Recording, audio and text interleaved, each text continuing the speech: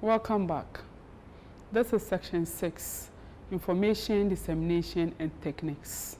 By the end of this section, students are expected to be able to practically apply various techniques in the provision of information so as to satisfy user information needs. They should be able to demonstrate practical knowledge of the core requirements that are necessary for information providers to excel in providing user information needs. The topics to be covered include Topic 1, Information Dissemination. Topic 2, Techniques of Information Provision. And the last topic, Requirements of the Information Professional. Information Dissemination. We are going to look at the importance, the different ways, and the process of disseminating information. There's an image there. Somebody is disseminating information, distributing information. In oral tradition, can you tell me how we disseminate information? The gong beater will be going around giving out information. The same way, information that we have in store as information professionals, we need to distribute or make it known to the information user.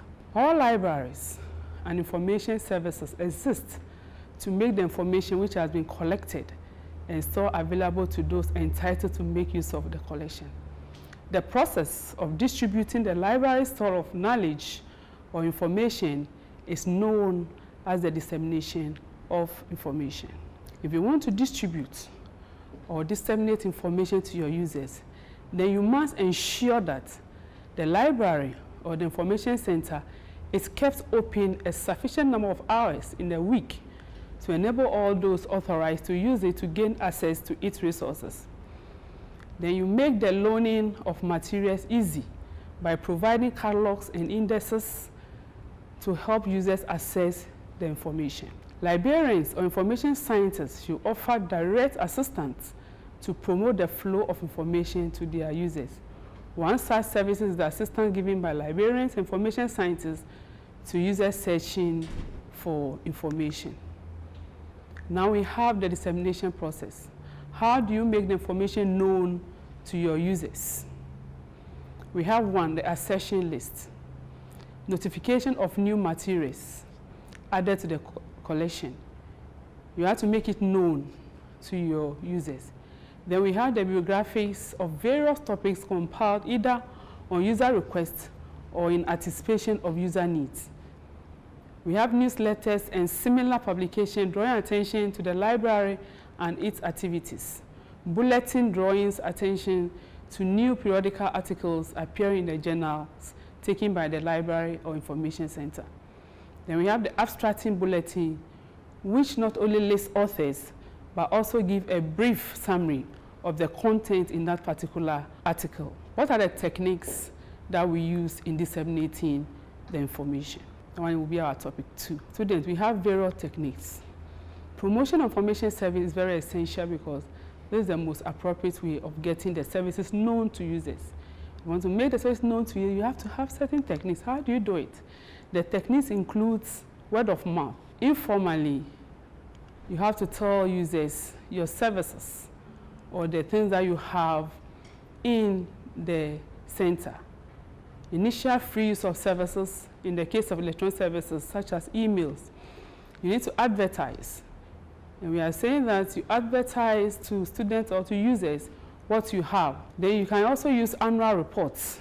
You can also use brochures, especially in the case of newly introduced information sources. You distribute brochures to students. Normally, those days when students are using pigeonholes, you put the brochures in their pigeonholes. You can put these brochures in front of the library or on the front desk so that anybody who gets there will pick one and know what is new in the library. Then we have newsletters, feature stories. You feature in the local newspaper about the center, a story about the center, the services and the information that they have in the center. You can also have open days or exhibitions. You exhibit, you display whatever collection you have in the information center. That is making it known to the environment or to the user community. You can also use posters. You can also speak in public. That's public speaking. Radio announcements can be made, television announcements can be made, special events such as anniversaries and speed day, we can make materials or information known to users. Then we have websites, the library's own website or the institution website to promote the services. We have the email or the listserv, individualized messages to the user groups of the library. All these techniques, how do you make it effective? So we are saying that to ensure the effectiveness of any of these techniques, the following issues must be considered. The first one, you should avoid the use of professional jargon. Bear in mind that it's not everybody who uses the library knows the jargons or the terms that you use in the libraries. A term like somebody enters the library and they say, go and use the OPAC. The person may be standing there looking at you. He doesn't understand the word OPAC. So you have to come to the level of the users. Then we also talk about if you want the technique to be effective, you should keep it short and simple. Avoid ambiguities. Simple English, simple request, simple response, and everything will move on. You should consider the type of audience that you have. If they are children, know the type of techniques that we are going to use. If they are adults, know the type of techniques that we are going to use. You should consider the cost of the publicity. You shouldn't burden the library too much. You need to repeat the message frequently over a period of time. Don't just advertise today, then you wait 6 months, or you've done it once and that is all. People will not get the message. You have to look out for techniques that have worked in other information centers. We have other information centers. Find out how they were able to disseminate their information. Beware of impression about your staff. Normally, one person comes and then the person doesn't receive a pleasant welcome. The person will go and start informing people about your center. So you have to make sure the person at the front desk should be somebody who can welcome the appearance, everything will welcome those who are coming into the library.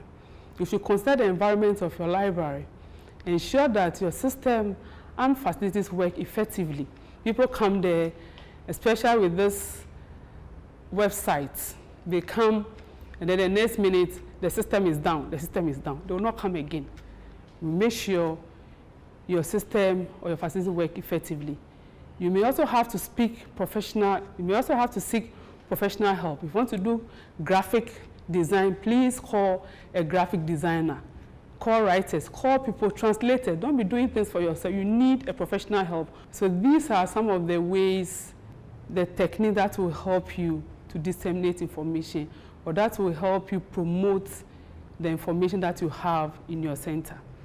Our next topic is the requirements of the information professional. Okay, the information professional is required to do an in-depth indexing of the information contained in the document to facilitate later retrieval by the information staff or users.